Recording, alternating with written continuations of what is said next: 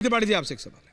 सरकार आपकी है, बाबा की सरकार है, विपक्ष ये कह रहा है ठीक है, आपने बोला कि समाजवादी पार्टी या फिर दूसरी की सरकारों में आपने इन माफियाओं को, गुंडों को विधानसभा भेजा, संसद भेजा, लेकिन अभी ये जो हुआ, सरेआम गोली चली, समाजवादी पार्टी कह रही है ये जो सरेआम गोली चली, बम चल रहे हैं, इसकी भी तो जिम्मेदारी किसी को लेनी पड़ेगी।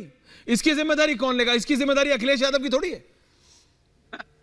ये जिम्मेदारी हम ही ठहरा रहे हैं। अरे सोचो अनुराग जी प्लीज रिलैक्स। ऐश्वर्या भाई सरकार हमारी है। Anurag ji please relax. हमारी है। चलो मणि जी जवाब दे रहे हैं।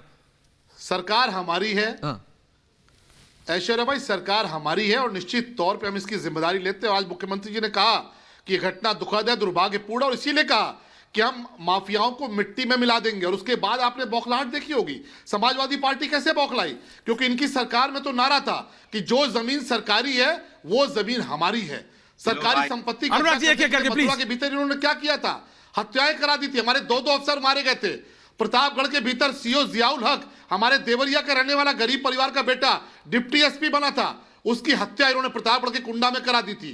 तो समाजवादी पार्टी की सरकार में जो पाले हुए गुंडे हैं, हमने तो अतीक अहमद को बुलाकर जेल से भेज के उसको बाहर भेज दिया।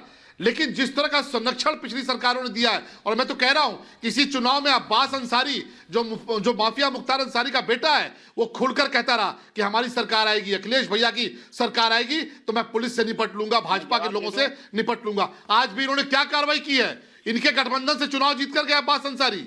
ऐसे माफियाओं को क्यों ये विधानसभा में भेजते हैं? तो समाजवादी पार्टी का तो चरित्र ही है। अभी हमारे विशाल जी बता रहे थे कि जिन्होंने हमले किए, सीरियल ब्लास्ट किए, काशी पर किया, अयोध्या पर किया, उनके मुकदमे वापस लिए, और कोर्ट ने कहा कि भैया मुकदमे वापस मत लीजिए, पद्म विभूषण दे दीजिए। ये समाजवादी पार्टी की सरकार को कोर्ट ने कहा था। तो जो लोग आतंकी हमले करते थे उनके मुकदमे वापस लेते थे, जो अपराधी थे उनको संरक्षण देते थे, इनको तमाम अपराधियों को विधानसभा लोकसभा पहुंचाते थे। तो आप इनसे कैसे उम्मीद कर सकते